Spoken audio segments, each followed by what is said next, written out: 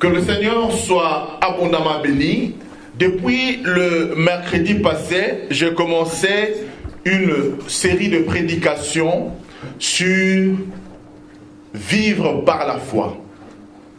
La Bible dit, le juste vivra par la foi.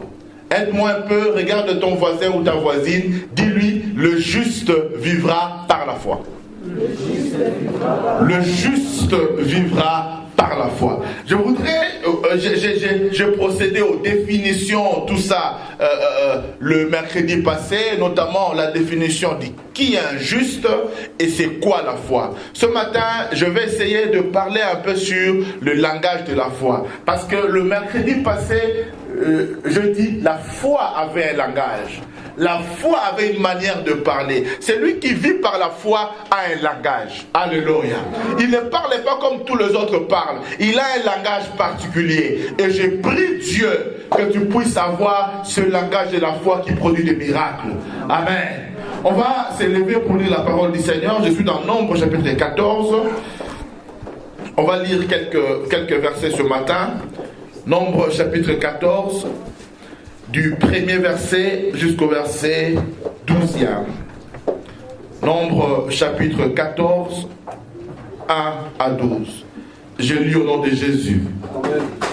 Toute l'assemblée éleva la voix et poussa des cris. Et le peuple pleura pendant la nuit. Tous les enfants d'Israël murmurèrent contre Moïse et Aaron.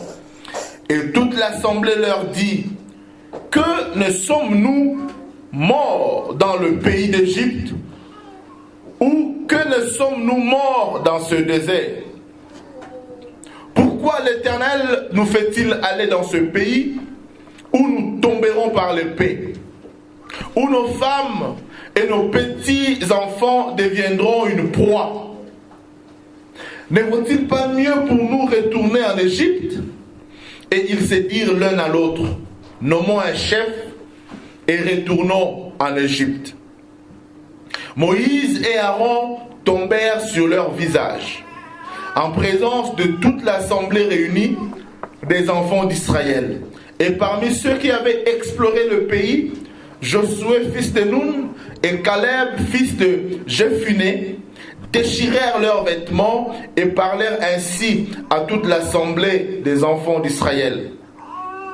Le peuple que nous avons parcouru pour l'explorer, le pays que nous avons parcouru pour l'explorer est un pays très bon, excellent. Si l'Éternel est favorable, il nous mènera dans ce pays et nous le donnera. C'est un pays où coule le lait et le miel. Seulement, ne soyez point rebelles contre l'Éternel. Et ne craignez point les gens de ce pays, car ils nous serviront de pâture. Ils n'ont plus d'ombrage pour le couvrir. L'Éternel est avec nous. Ne les craignez point. Toute l'assemblée parlait de le lapider. Lorsque la gloire de l'Éternel apparut sur la tente d'assignation devant tous les enfants d'Israël, et l'Éternel dit à Moïse, jusqu'à quand ce peuple me méprisera-t-il? Jusqu'à quand ne croira-t-il pas en moi, malgré tous les prodiges que j'ai faits au milieu de lui? Verset 12. Je le frapperai par la peste et je le détruirai. Mais je ferai de toi une nation plus grande et plus puissante que lui. Parole du Seigneur. Est-ce que quelqu'un peut acclamer la parole de Dieu? Nous acclamons la parole de Dieu.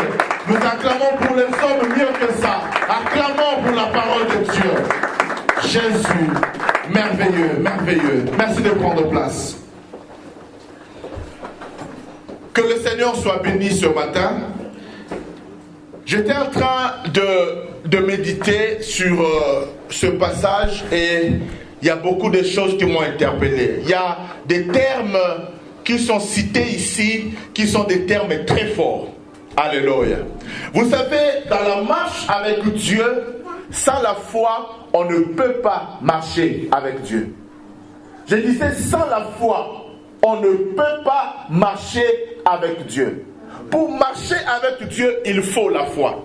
Il faut avoir la foi. Et le mercredi, nous avons défini la foi comme étant cet attachement à la promesse initiale. Cet attachement à la promesse de Dieu. Croire sans qu'on ait vu. Avoir la conviction que ce que Dieu m'a dit, il va le réaliser. Avoir la foi, c'est avoir au fait confiance. Faire confiance à la parole de Dieu. Faire confiance en ce que Dieu te dit. Parce que dans la vie dans laquelle nous sommes en train de mener, il y aura toujours deux choix à faire. La réalité va nous dire quelque chose. La réalité va nous montrer une situation. La réalité va nous décrire un tableau. Mais il y a aussi Dieu qui va nous dire autre chose. Qu'est-ce que nous allons choisir de croire? Est-ce que c'est que le monde nous dit? Est-ce que c'est ce que la réalité nous dit? Ou c'est ce que Dieu nous dit? Parfois ce que Dieu nous dit va en opposition apparente avec ce que le monde nous dit. Qu'est-ce que nous allons faire? La foi, c'est de choisir de croire en ce que Dieu te dit. Alléluia. Amen. Alléluia. Amen. Alléluia. Amen. Croire en ce que Dieu te dit. Pour essayer de bien situer cette histoire que nous venons de lire, je vais essayer de faire un peu le background. Qu'est-ce qui a fait que les gens puissent réagir ainsi? Et qu'est-ce qui a amené Dieu à pouvoir parler, avoir ce langage dur après la réaction du peuple d'Israël? Dieu a pris les enfants d'Israël depuis l'Égypte. Les enfants d'Israël étaient ce peuple de la promesse, le fils d'Abraham, le fils d'Isaac, le fils de Jacob. Ils sont allés en Égypte en captivité. Mais ils avaient une promesse. Dieu avait dit à Abraham que tes descendants seront esclaves dans un pays étranger pendant 400 ans. Mais après cela, je viendrai et je vais les libérer. Et Dieu qui est fidèle à ses promesses. Quand Dieu avait fait la promesse à Abraham, les enfants d'Israël n'étaient pas là. Personne n'avait entendu la promesse. Mais Dieu qui est fidèle à sa parole. Bien aimé, je vous ai souvent dit ici que le prophète qui t'a donné la prophétie peut mourir. Mais la prophétie ne meurt jamais. Amen. Oh mon Dieu. Celui qui te donne la prophétie, lui-même peut même s'écarter de la voie de Dieu. Il peut même rétrograder. Mais la prophétie qui est venue de Dieu, qui est sortie de sa bouche, finira toujours par s'accomplir. Dieu a fait la promesse à Abraham. Abraham est mort. Et quand il avait parlé à Abraham, personne n'était témoin. Dieu pouvait aussi se rétracter et dire, bon, personne n'a écouté. C'était juste entre moi et Abraham. Mais ce que Dieu dit, Dieu est lié par sa parole. Quand Dieu dit quelque chose, il est obligé de le réaliser. Alléluia. Amen. Alléluia. Amen. Parce qu'il est impossible que Dieu ne mente. Dieu ne peut pas mentir. Vous savez, cette bouteille, elle est blanche. Amen. Si Dieu dit, la bouteille est noire, quand je la remets ici devant, elle devient noire. Pourquoi? Parce que Dieu ne peut pas mentir. Le fait que Dieu dise la bouteille est noire, la bouteille devient noire pour faire en sorte que Dieu ne mente pas. Alléluia. C'est-à-dire, si Dieu te dit, tu es riche, même si tous tes gènes étaient les gènes de pauvreté, ils sont automatiquement changés parce que Dieu ne peut pas mentir. Amen. Alléluia. Amen. Voilà pourquoi Dieu peut appeler quelqu'un qui n'a encore rien fait, qui n'a encore même pas combattu quelque part. Mais Dieu vient, il le regarde, il lui dit vaillant héros. Il le regarde, il lui dit vaillant héros. Mais il n'a même pas encore combattu. Il est faible. Mais quand Dieu dit quelque chose, la parole que Dieu a fait sortir dans sa bouche, va s'attacher dans la vie de Gédéon, parce que c'est de lui qu'il s'agit, et ça lui donne la force. Alléluia. J'ai pris Dieu que ce matin, qu'une parole sorte de l'Éternel et s'attache à ta vie. Amen. Alléluia. Amen. Dieu a parlé à Abraham, il lui dit que tes enfants sortiront, et 400 ans après, Dieu vient pour accomplir sa promesse. Il choisit un homme, il prend Moïse, il l'envoie en Égypte. Il les fait d'abord sortir de l'Égypte et puis il les ramène à l'Égypte. Alléluia. Laissez-moi ouvrir rapidement une parenthèse. Vous savez, Dieu ne peut pas envoyer un libérateur que lui-même n'a pas encore libéré. Alléluia. Vous savez, il était difficile aux enfants d'Israël de sortir de l'Égypte. Alléluia. Alors qu'est-ce que Dieu va faire? Il va d'abord faire sortir Moïse pour lui dire qu'il est possible de sortir de l'Égypte. Il le fait sortir et il va lui parler pour lui dire rentre maintenant pour libérer tous ceux qui sont restés. Bien-aimé dans le Seigneur, je voudrais dire à quelqu'un ceci. J'ouvre une parenthèse que je vais vite renfermer. Tu sais pourquoi est-ce que Dieu a permis que toi tu sortes du monde? C'est pour qu'au travers de toi, tu puisses retourner récupérer tous ceux qui sont dans le monde. Amen. Quelqu'un ne m'a pas compris. Amen. Pourquoi est-ce que Dieu te bénira toi? Dieu te bénira toi parce qu'au travers de toi, il veut sauver tous ceux qui sont encore dans ta famille. Amen. Est-ce que quelqu'un me comprend? Amen. Est-ce que quelqu'un me saisit? Amen. J'ai dit, Dieu te bénira toi, Dieu te sauvera toi, pour qu'au travers de toi, les autres aussi puissent être sauvés. Amen. Alléluia. Amen. Alors Dieu prend Moïse, il le renvoie en Égypte.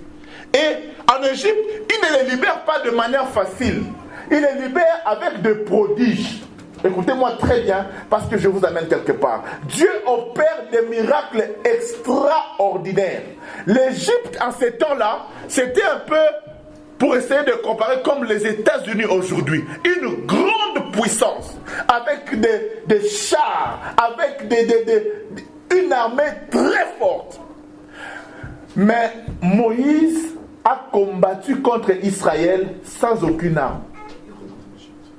Alléluia. Amen. Moïse a combattu contre les Égyptiens sans aucune arme. Mais avec la parole, avec la promesse. Alléluia.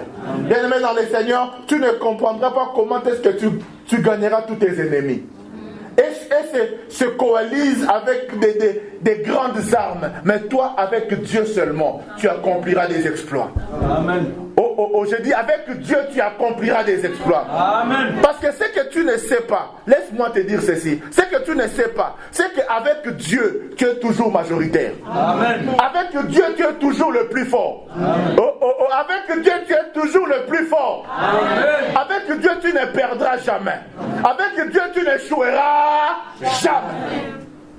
Moïse va gagner la bataille de l'Égypte. Il fait sortir les enfants d'Israël. Les enfants d'Israël voient des miracles. Les enfants d'Israël ont vu des choses extraordinaires.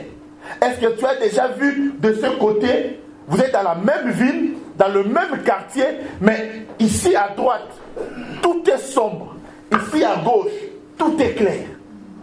Ils ont vu des miracles extraordinaires que je n'ai pas le temps de tout citer maintenant. Et ils ont reconnu que Dieu est puissant. Et même quand ils arrivent devant la mer Rouge, les Égyptiens sont en train de le poursuivre. Dieu opère un miracle extraordinaire. Pour la première fois, la Bible nous raconte que les eaux de la mer Rouge se sont séparées. Ils se sont séparés en deux. Je ne sais pas si tu réalises la grandeur et la profondeur de la mer Rouge.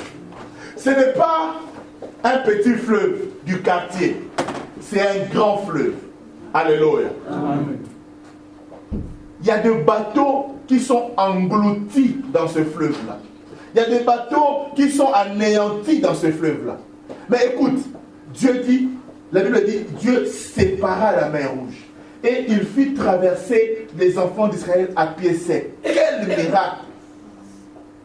Vous savez, il y a des miracles que quand Dieu l'opère, même toi-même tu as peur.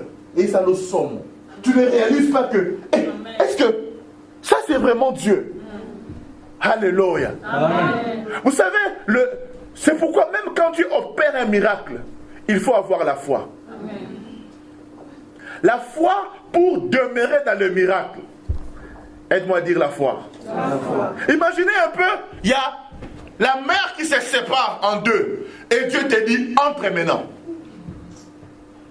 Alléluia. Amen. Entre maintenant. C'est-à-dire même quand les enfants d'Israël, ils entraient, tu vois l'eau qui s'est bloquée ici. Tu peux te dire, mais c'est des zombies. Alléluia.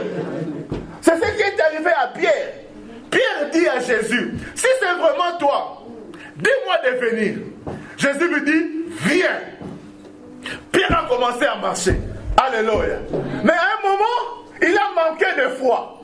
Et c'est ce qui nous arrive très souvent. Nous commençons parfois avec un zèle. Oh Seigneur, oh mon Dieu. Mais parfois quand les vents commencent à souffler, pourquoi tu lâches la foi du début? Pourquoi tu lâches la foi que tu avais? Bien aimé, la foi qui t'a permis de faire le premier pas, c'est la même foi qui te permettra de faire le deuxième pas. C'est la même foi qui te permettra de faire le troisième pas. C'est la même quand les vents soufflent, garde la même foi. Si Dieu voulait que tu puisses être englouti, dès que tu as fait le premier pas sur l'eau, tu serais entré. Mais si Dieu est capable, sur ton premier pas, de te soutenir, il sera aussi capable de te soutenir dans ton deuxième pas. Il sera aussi capable de te soutenir dans ton troisième pas. Pourquoi tu crois si facilement? Quand parfois c'est petit, parce que c'est ce qui nous arrive. Non, je continue d'abord mon explication, je reviendrai là-dessus. Amen. Amen. Moïse ouvre le zoo. Terrible, miracle. Les enfants d'Israël, ils passent dans ce zoo-là. Quand ils ont eu faim dans le désert, miracle encore. Bien aimé, Dieu envoie la manne du ciel. Oh my God. Tu as déjà vu? Tu as déjà mangé un pain dont Dieu est le boulanger? Zamba comme un boulanger pour la bande à Israël. Amen. Dieu a créé une boulangerie céleste pour les enfants d'Israël. Ils ont dit, mais Seigneur, nous, on ne mange que le pain. Le pain, on veut aussi la viande. Capricieux. Mais Dieu dit, ok, je vais vous donner la viande. Même Moïse a posé la question à Dieu, mais comment tu feras? Même Moïse n'arrivait pas à réaliser, malgré tous les miracles que Moïse a accomplis en Égypte. Mais quand Dieu lui a dit, ce peuple demain va manger la viande, Moïse a posé la question, mais Seigneur, comment tu feras? Dieu dit à Moïse, tu verras. Alléluia. Yaya, vous savez, tu peux avoir vécu des expériences avec Dieu. Amen. Mais il ne faut pas limiter Dieu. Avec Dieu, on ne peut pas le comprendre. Tu peux imaginer la puissance de Dieu. Quand tu finis de t'imaginer, multiplie ça fois 1 million. Amen. Alléluia. Amen. Imagine un peu la puissance de Dieu. Imagine ça. Quand tu finis d'imaginer, multiplie ça fois 1 million. Et quand tu multiplies, tu n'as pas toujours atteint la puissance de Dieu. Dieu a une puissance infinie. Moïse a opéré des miracles. Imaginez un peu celui qui a séparé la mer rouge. A vu Dieu le faire. Mais quand Dieu lui dit ça, il dit, oh, Seigneur, mais comment cela peut arriver? Dieu dit, tu verras. Et Dieu envoie la viande, les cailles, qui viennent. Et Dieu dit, vous allez manger à satiété. Vous allez manger jusqu'à ce que ça va vous sortir des oreilles. Et vous comprenez que je suis Dieu. Alléluia. Ils ont mangé. Voilà un peu le genre de miracle que les enfants d'Israël ont vécu. Et maintenant, ils arrivent presque à la terre que Dieu les avait promis. Dieu les avait promis la terre de Canaan. Et qu'est-ce que Dieu va dire à Moïse? Il va dire à Moïse, va, prends 12 enfants d'Israël, comme les espions, envoie-le pour qu'ils aillent explorer le pays. Pour qu'ils aillent voir le pays. Vous savez, Dieu ne nous donne pas des choses que nous n'avons pas encore vues. Je vais t'expliquer. Avant que Dieu ne te donne matériellement une chose, il te le fait d'abord voir. Amen. Alléluia. Amen. Avant que Dieu ne te donne quelque chose, il te le fait d'abord voir. Dieu dit à Josué, Josué 6, si je ne me trompe pas, il dit à Josué, vois Jéricho, je te le donne. Vois Jéricho, je te le donne. C'est-à-dire, quand tu peux voir quelque chose dans ton esprit, tu peux l'avoir. Amen. Si tu peux voir quelque chose, tu peux l'avoir. Ce que tu n'as pas encore vu, tu ne peux pas l'avoir. Bien aimé, même les songes que nous faisons, en réalité, ce sont des espions. C'est un espionnage que Dieu te fait faire. Quand Dieu te donne un songe, tu te vois grand, dans un grand véhicule, dans une grande maison, dans un grand bureau. En fait, c'est Dieu qui te prend, comme les 12 espions. Il va te faire explorer ton futur. Est-ce que je parle à quelqu'un? Amen. Quand Dieu te montre une vision, un songe, c'est un espionnage par rapport à ton futur. Il te montre. Maintenant, il te fait revenir. Maintenant, quand tu te réveilles, tu vois la réalité et le rêve que tu fais, il y a une sorte d'opposition. Alléluia. Entre les rêves et ce que tu vis là, il y a parfois opposition. Et quand les 12 espions sont partis, ils ont vu le pays. Le pays était beau. Le pays était merveilleux. Mais seulement, il y avait des géants. Aide-moi à dire géants. Oh, aide-moi à dire géants. Il y avait des géants. Ils sont rentrés. Ils étaient à 12. Écoutez maintenant, il y a 10 personnes. Ils ont vu la même chose. Aide-moi à dire la même chose. La même chose, mais 2 rapports différents. 10 sont venus et ont dit, oh, le pays est beau, le pays est merveilleux, le pays est un pays vraiment où coule le lait, le miel. Mais, vous savez, dans une phrase, quand on prononce les mais là, c'est pas bon, hein? Amen. C'est pas bon. Parce que, quand on dit mais, qu'est-ce qui arrive? Tout ce qu'on a dit avant, ça fait quoi? On annule ça. Quand je viens, je vois une fille, je dis, ah, vraiment, la sœur Mamie là, elle est très belle. Hein. Mamie, elle parle bien. Quand tu la regardes, chocolat bébé. Amen. Mais, tout ce que j'ai dit avant, les gens ne prêtent plus attention. Ils veulent maintenant savoir qu'est-ce qui vient après les mains. Mais, mouillé bien à Wad. C'est-à-dire, ce que je viens de dire après a annulé toutes les qualités que j'ai décrites avant. Alléluia. Le pays est beau, mais il y a des géants. Nous, on ne pourra pas les combattre. Ils ont oublié qu'en Égypte, il y avait des chars, il y avait des géants, il y avait des combattants en armes. Dieu les a délivrés. Mais voilà maintenant face à ces petits obstacles-là, ils commencent, ils vont même jusqu'à dire, à leurs yeux, nous sommes comme des sauterelles, nous ne valons rien, nous serons une pâture, ils vont nous manger. Voilà comment ils commencent à se diminuer eux-mêmes. Bien aimé dans le Seigneur, ce que tu dis, c'est ce qui arrive. J'ai dit, ce que tu dis, c'est ce qui arrive. La Bible dit, si tu confesses de ta bouche, qu'est-ce que je disais? Si tu confesses de ta bouche, prenons toujours à éteindre nos portables quand nous sommes à l'église, c'est très important. Si tu confesses de ta bouche, si tu crois dans ton cœur, tu seras sauvé. Oh mon Dieu. Si tu confesses et si tu crois, tu seras sauvé. C'est-à-dire, ce que tu deviendras, c'est par rapport à ce que tu confesses et par rapport à ce que tu crois. Dis-moi ce que tu crois. Dis-moi ce que tu confesses, je te dirai qui tu seras.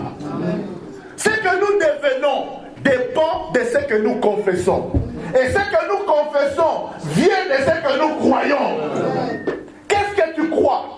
Quand tu te regardes, qu'est-ce que tu crois? Quand tu te regardes, qu'est-ce que tu crois? Parce que ce que tu crois déterminera ce que tu confesseras. Et la confession est quelque chose de très important. Ce que tu confesses, Yaya, détermine ta vie. Détermine ta vie. Josué et Caleb, ils se lèvent et disent, non, ne parlez pas comme ça. Nous avons vu la même chose.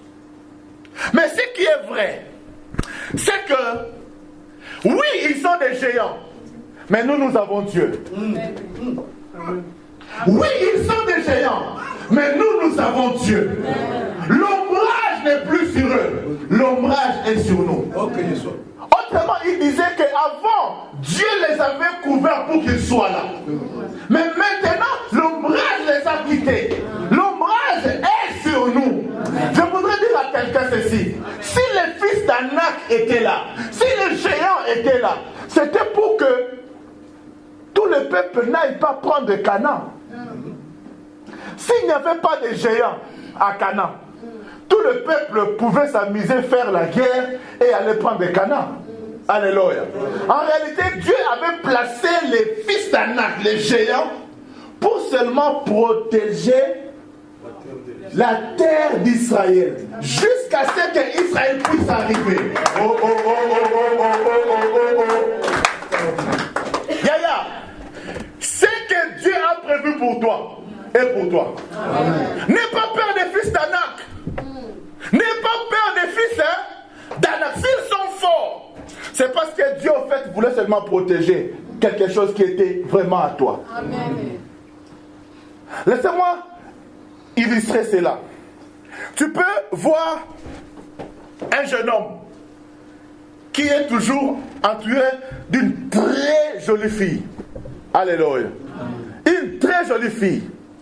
Ce n'est pas sa femme, c'est peut-être une copine. Ok? Et maintenant, quand tu pries, Dieu te montre, voilà, cet homme-là, c'est ton mari. Mais tu te regardes. Tu regardes la fille qui est à ses côtés. Tu dis, Zambo, ça les RT. Et c'est maintenant Arobo Yaye, pour Yarolinganga. Namakolo rugby. Alléluia. Namakolo boxer. Mais il y a une taille mannequin. En réalité, Yaya, c'est que tu ne savais pas. Dieu avait permis que la jolie mannequin là soit à côté de ton futur mari pour que simplement le mari n'aille pas de gauche à droite. Mais dès que toi tu seras arrivé, quand il va te regarder, il va commencer à voir la mannequin comme hasard Ndundu. Je n'ai rien entendu, Ndundu. Amen. C'est-à-dire, il va commencer à la regarder comme si elle n'était pas belle. Parce que c'est toi. Parce qu'en fait, le mariage, ce n'est pas une affaire de beauté. Le mariage est une affaire de grâce. Est-ce que tu m'entends? Je disais, le mariage est une affaire de grâce. Quand Esther a été choisie parmi plusieurs filles de la Mésopotamie, ce n'est pas qu'elle était la plus belle. Non, c'est simplement parce que Azaki n'est l'okonanzam. Parce qu'elle avait quelque chose de Dieu. Si tu as quelque chose de Dieu, Dieu te donnera toujours une victoire. Alléluia.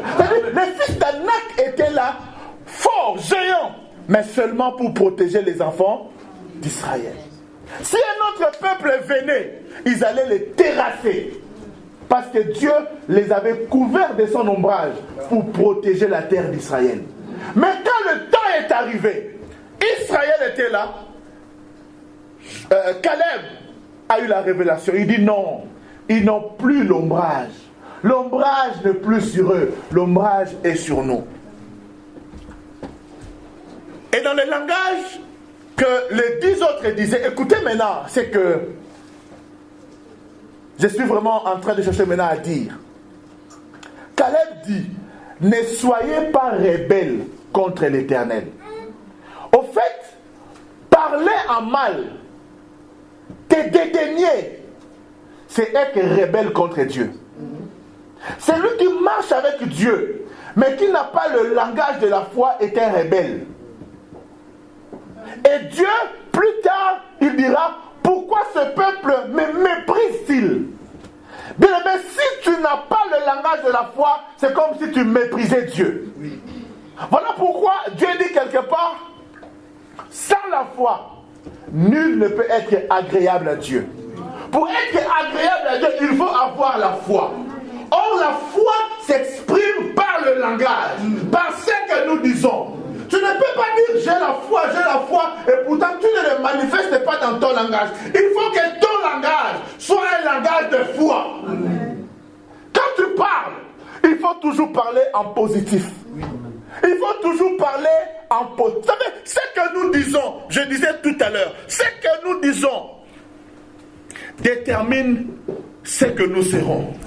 Le mercredi, je parlais de Matthieu chapitre 12.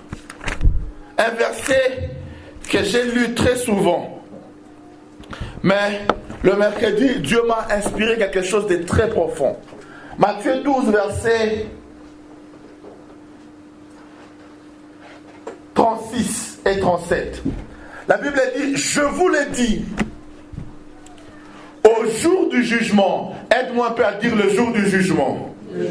Non, dis ça, mais le jour du jugement. Je vous l'ai dit, au jour du jugement, les hommes rendront compte de toute parole vaine qu'ils auront proférée. Verset 37. Car par tes paroles, tu seras justifié, et par tes paroles, tu seras condamné. Mais ce qui a attiré mon attention ici, c'est le jour du jugement. Moi, je pensais que c'était au dernier jour. Mais Dieu a attiré mon attention. Il me dit, mais le jour du jugement, c'est le jour de la décision. Elle m'a dit décision. Le jour du jugement peut aussi être compris comme étant le jour de la décision. Et le jour de la décision, la Bible dit, tout homme rendra compte de toute parole vaine. Vous savez, à un moment, il y a un jour où Dieu décide. Il vient maintenant dans son conseil. Il s'est dit, bon, aujourd'hui, on va bénir Kevin. Aujourd'hui, on va bénir Eric. Aujourd'hui, on va bénir Casti. C'est le jour du conseil. Et dans un jugement, il y a toujours la partie accusatrice et la partie qui défend. Amen. Et Dieu est le juste juge. Alléluia. Dieu est le juste juge. Le jour du jugement. Maintenant, Dieu dit, bon, ok, on doit bénir Kevin. Il y a l'accusateur. Nous avons un accusateur, le diable, qui lui, maintenant, il vient avec toutes les paroles vaines que tu déclares sur ta vie. Mais Dieu, toi, tu es injuste. Comment tu veux bénir un homme qui lui-même n'aime pas être béni? Voilà l'ennemi. Qu'est-ce qu'il a dit?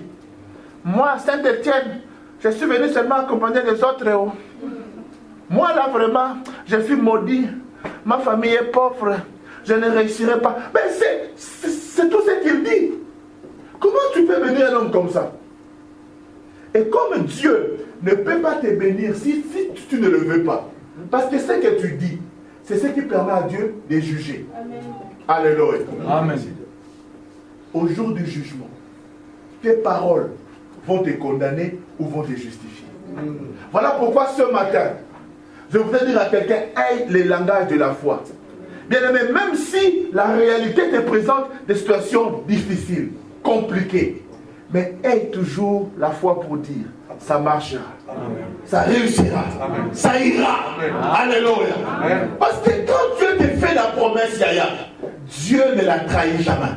Je disais, quand Dieu te fait la promesse, il ne la trahit jamais. La vie chrétienne, la vie de la foi, ce n'est pas seulement le manger et le boire. Il faut s'attendre aussi à la puissance de Dieu. Aide-moi à dire puissance. Aide-moi à dire puissance. Bien aimé, pourquoi tu as cru que Dieu pouvait t'amener en Europe? Pourquoi tu ne peux pas croire que Dieu peut te donner le document ici? Pourquoi tu cherches à tout trafiquer? Pourquoi tu cherches à commencer à te compromettre et même à abandonner la foi parce que ça tarde? Non, Yaya. Quand Dieu promet, parfois il donne à la dernière minute. Alléluia. Amen. Laissez-moi donner un petit témoignage. Je me rappelle une fois à l'église à Kinshasa, nous avons reçu un prédicateur qui est venu. Et il a tellement prêché, ça m'a touché. J'ai dit, j'avais le seul paire de chaussures qui me restait. Je les prends et je les sème à l'église. Ce jour-là, je suis rentré, je ne sais plus pieds nus où j'ai pris des babouches à la permanence là, je ne me rappelle plus. Et quand je suis rentré, c'était un dimanche. Et sur le chemin de retour à la maison, Dieu me dit, par rapport à ce que tu as fait, tu ne manqueras jamais des chaussures. Mais pour te les montrer, avant dimanche, tu auras 3 paires de chaussures. J'ai dit, waouh, amen. J'étais là tout excité. Lundi, et l'équipe. Mardi, mercredi, jeudi, vendredi, j'ai commencé à me poser la question. Mais Seigneur, mais les dimanches là, ça sera comment? Dieu m'a dit, avant dimanche, je te donnerai 3 paires de chaussures. Samedi, j'ai dit, Seigneur, mon colonel amoureux, amen. 10h, 12h, 14h, 18h, 20h. À 20h, à Kin, c'est pas comme ici, il fait déjà noir. Nous sommes entrés à la maison. Je dis, bon, dans mon cœur, je ne voulais pas dire, Dieu, tu m'as trompé. Je ne voulais pas le dire, mais pour être sincère, je commençais à le penser. Je suis sincère, non? Oui. J'ai commencé à dire, est-ce que... Bon, je ne voulais pas aussi dire que Dieu m'a trompé, mais je me disais, est-ce que j'avais bien entendu? Est-ce que ce n'était pas seulement mes pensées?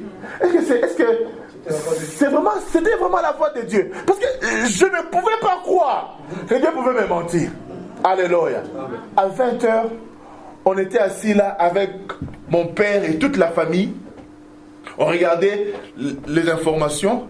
Et puis, paf! Je ne sais pas d'où est venue l'idée à mon père. Il m'a dit, mais toi et moi là, nous chaussons maintenant la même pointure. Viens un peu ici. Je m'avance, il met son pied, je mets mon pied. Il dit, mais on a la même pointure. Oh là là, va un peu essayer mes chaussures. Je prends les chaussures, j'amène, j'essaie. Oui, mais c'est vrai. Bon, choisis alors 3 paires. Je ne savais pas s'il fallait crier. Vous savez, moi je croyais, quand Dieu m'avait dit cela, il y aura un miracle qui viendra. Je ne sais pas, ça viendra de quelle manière. Dieu a 1001 façons pour accomplir sa parole. Dieu a 1001 manières. J'ai dit, avant même de commencer, j'ai commencé à crier. Et mon père ne comprenait pas. Mais qu'est-ce qu'il y a? Maintenant, je lui raconte ce que Dieu m'avait dit. Il dit, bon? Alors prends. Si Dieu t'avait dit prends 3 alors. J'ai dit, oh mon Dieu, il est merveilleux. Bien aimé, si Dieu t'a fait la promesse, il le réalise. Tiens un langage positif. Les hommes peuvent venir te dire qu'écoute, rien ne marche. Vous savez, il y a parfois des gens qui sont là seulement comme des agents destructeurs, qui ne sont là que pour te décourager. Arrête, ça ne marche pas, rien ne marche. Non, Yaya, ne suis pas ces gens-là. Crois en ce que Dieu te dit. Quand les hommes viennent te dire le contraire de ce que Dieu t'a dit, choisis toujours de croire en ce que Dieu t'a dit. Et parfois, souviens-toi de ce que Dieu a déjà fait. J'ai dit, souviens-toi de ce que Dieu a déjà fait. Est-ce que tel que tu es là, Dieu n'a rien fait dans ta vie? Tel que tu es là, Dieu n'a pas déjà ouvert la mer rouge pour toi? Est-ce que tel que tu es là, tu n'as pas traversé à pied sec dans la mer rouge? Pierre, le premier pas que tu avais fait, le deuxième, c'est ton oncle qui t'avait soutenu? C'est ta tante qui t'avait soutenu? Le Dieu qui t'a permis de marcher, de mettre le premier pas, le second pas, c'est le même Dieu. Mais quand le vent va arriver, le vent, c'est parfois l'âge qui avance. Le vent, c'est parfois les mois qui roulent, qui tournent, la roue qui tourne, les aiguilles de la montre qui passent, qui tournent. Le vent, c'est parfois les amis qui viennent te dire, aïe, c'est Étienne, et si Makanamote. Alléluia. Le vent, c'est... Vous savez, il y a des gens qui parfois, ils n'ont même pas essayé. Mais ils ont déjà dit, ça ne marche pas. Est-ce que tu as essayé? Non, mais on m'a dit que ça ne marche pas. Mais on t'a dit que tu n'as pas essayé, tu dis que ça ne marche pas. Il faut d'abord faire quoi? Il faut essayer. J'aime bien les Quinois. Quand ils disent ceci, Baki Makambula, na mon pépété. Mon pépé, est-ce que mon égobeta? Parfois, il reçoit rien à mon pépé. Alléluia. Tu ne peux pas fuir comme ça alors que tu n'as même pas essayé. Vous savez, les lâches sont ceux qui abandonnent sans avoir essayé. Tu n'as même pas encore essayé. Mais moi, on me dit à Saint-Étienne, ça ne marche pas. Et toi, tu lâches. Ne lâche pas, essaye d'abord. Essaye d'abord. Vous savez, ce matin, je vais présenter un couple qui s'est fiancé hier. Officiellement. Amen. Amen. Mais vous savez, avant que le jeune homme fiance la jeune fille, je vais vous le dire maintenant parce que c'est déjà fait. J'ai reçu au moins 3 frères qui sont venus me voir en cachette pour me dire, pasteur, je suis vraiment intéressé par la sœur Nelly. Dieu m'est témoin. J'ai dit, mais si tu es intéressé, va parler, non? Moi, je n'ai pas de problème. C'est une bonne sœur, je la connais, je connais sa mère, ça fait un moment qu'elle est à l'église, j'ai un très bon témoignage pour elle, mais va, parle-lui, et puis, si vous êtes d'accord, moi je n'ai pas de problème. Il dit, pasteur Yo, le Belarandano. Alléluia. Non! Il est venu, ils m'ont parlé, et non, mais moi je ne peux pas les parler à ta place. Sois courageuse, va parler. Ils se sont rétractés. Amen. Apparemment, alléluia. Je me rends mais avec courage. Alléluia. Il est venu, il a présenté son dossier. Son dossier a été étudié. Son dossier a été validé. Alléluia. Si tu ne parles pas, parce que quand on la voit interpréter ici, chanter ici, il n'y a pas de qui me sent, mais est-ce que vraiment Simba, amen. Baki Marambula n'a mon pépété. Alléluia. Parlez d'abord. Le frère, il est venu. Il a parlé. Validé. Alléluia. Le dossier a été validé. C'est pour dire quoi? Il ne faut jamais écouter d'abord ce que les autres te disent. Oh, azalaka compliqué. Azalaka makasi. Mais est-ce qu'on me kaki? Alléluia. La foi, c'est essayer. La foi, c'est parler positif. Que Dieu vous bénisse.